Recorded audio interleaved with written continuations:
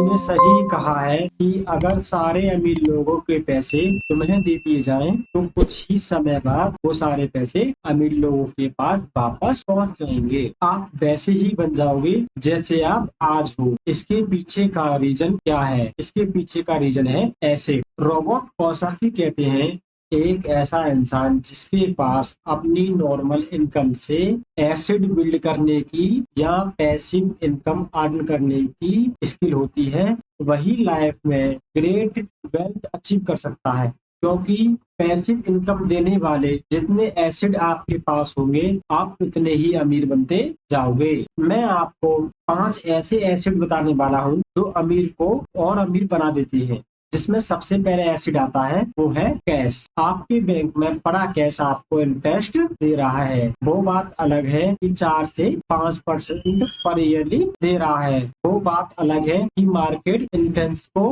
Beat नहीं कर सकता है, मतलब कि महंगाई दर को नहीं छू सकता है। महंगाई दर जो बढ़ती है आपकी वो बढ़ेगी 8 से 10% की दर से, और आपको इंटरेस्ट कितना मिल रहा है? 4 से 5% की दर से। ठीक है, मगर आपको कुछ ना कुछ इंटरेस्ट जरूर मिल रहा है। कैश आज भी लोगों की फर्स्ट चॉइस है और कंपनियों की भी यह फर्स्ट चॉइस है। अब कैश रखने के इन अमीर लोगों के 2 रीजन। पहला होता है invest in the right opportunity at the right time. अमीर लोगों का मानना है कि दुनिया में अपॉर्चुनिटियों का पिटारा है। जब भी कोई बेटर इन्वेस्टमेंट आपके दरवाजे पे आए तो उस टाइम आप उसे अपने कैश के साथ रेडी रहो। कैश रखने का सबसे बड़ा एक रीजन यह भी होता है क्योंकि वो सही समय पे सही डील कर लेते हैं। दूसरा जो होता है to earn high interest. Cash होने से राइट टाइम में डील तो मिल ही जाती है। अमीर लोगों के पास रखा कैश वो हाई इंटरेस्ट पर भी देते हैं, जिससे कि उन्हें ईयरली एक फिक्स इनकम आती है। इसीलिए सक्सेस कब कहाँ किस दरवाजे पे आ जाए कुछ पता नहीं है। इसीलिए बी रेडी विद द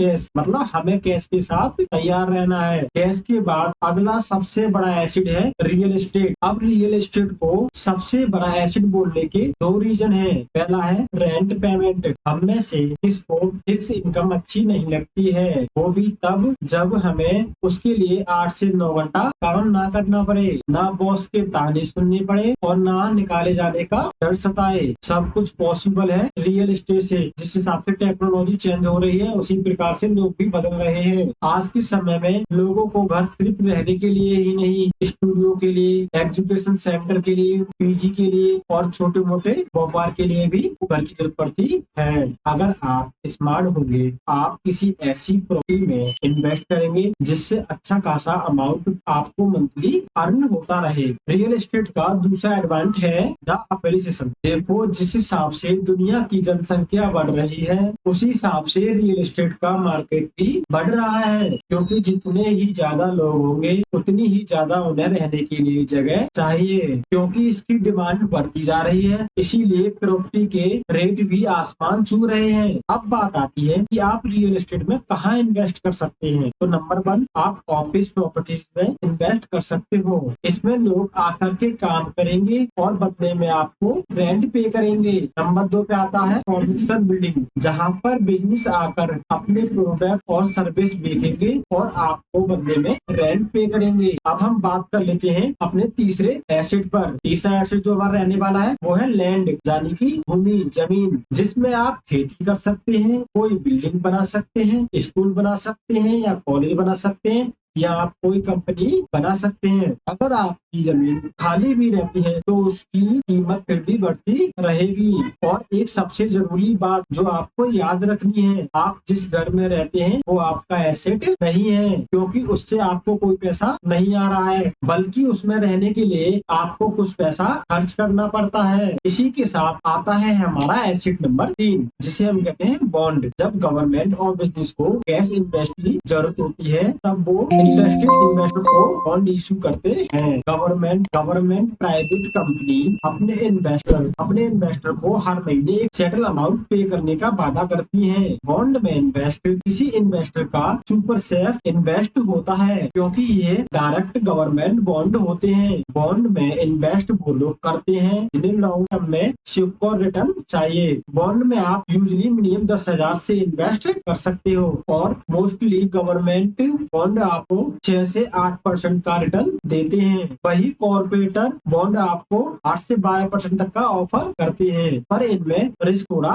ज्यादा होता है, इसीलिए यह गवर्नमेंट बॉन्ड से हायर रिटर्न देते हैं। इसके साथ साथ बहुत से टैक्स सेविंग बॉन्ड भी होते हैं, जिसमें आप इन्वेस्ट कर सकते हैं और टैक्स बेनिफिट के साथ साथ 5 से 6% तक का आपको रिटर्न भी मिलता है। अगर आप इससे ज्यादा रिटर्न चाहते हैं तो आप चॉइस भी कर सकते हैं। अब हम बात कर लेते हैं एसेट नंबर 4। एसेट नंबर 4 है हमारा स्टॉक। दोस्तों, बढ़ती टेक्नोलॉजी ने आज स्टॉक मार्केट को ऊंचाइयों तक पहुंचा दिया है। ऐसे में स्टॉक आपके फ्यूचर के लिए एक बहुत बड़ा रोल क्रिएट कर सकते हैं। स्टॉक आपको अलाउ करते हैं कि किसी भी पब्लिक बिजनेस का कुछ परसेंट या कुछ हिस्सा आप अर्न कर पाओ। जैसे जैसे वो बिजनेस बढ़ता जाता है, आपकी भी इनकम इंक्रीज होती जाती है। स्टॉक में इन्वेस्ट करने के 2 फायदे भी हैं। पहला जो फायदा है वो है हमारा डिविडेंड। कंपनी अपने प्रॉफिट का कुछ हिस्सा अपने इन्वेस्टर को डिविडेंड के रूप में देती है, जो कि फिक्स इनकम का एक बहुत अच्छा सोर्स है। स्टॉक में इन्वेस्ट करने का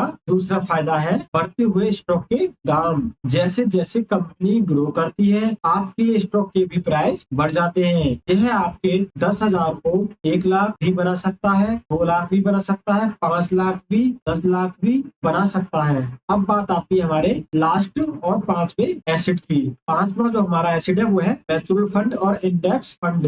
5वां जो एसेट है हमारा वो है म्यूचुअल फंड और इंडेक्स फंड। इंडेक्स फंड मतलब होता है देश की टॉप 50 कंपनी और टॉप 30 कंपनी में पैसा लगाता है। इंडेक्स जो होता है सेंसेक्स और निफ्टी 50 इंडिया के 2 मेजर इंडेक्स फंड हैं। अपनी वेल्थ को इंक्रीज करने के लिए हर इंसान चाहता है कि वो देश की बेस्ट कंपनी में इन्वेस्ट करे, और इंडेक्स फंड इसका बेस्ट सॉल्यूशन है। रिच माइंडसेट वाले व्यक्ति इस बात को अच्छे से जानते हैं। अगर हमें हमारे काम के साथ साथ कोई चीज अमीर बना सकती है तो वो है अदर पीपल्स टाइम, जिसे हम शॉर्ट में ओपीटी भी बोलते हैं। यानी पैसा आपका, मुनाफा भी आपका और मेहनत दूसरों की। इसीलिए आप इंडेक्स फंड में मंथली एसआईपी थ्रू इन्वेस्ट कर सकते हो। सो आप सभी लोग भी एसआईपी करना शुरू कर दो।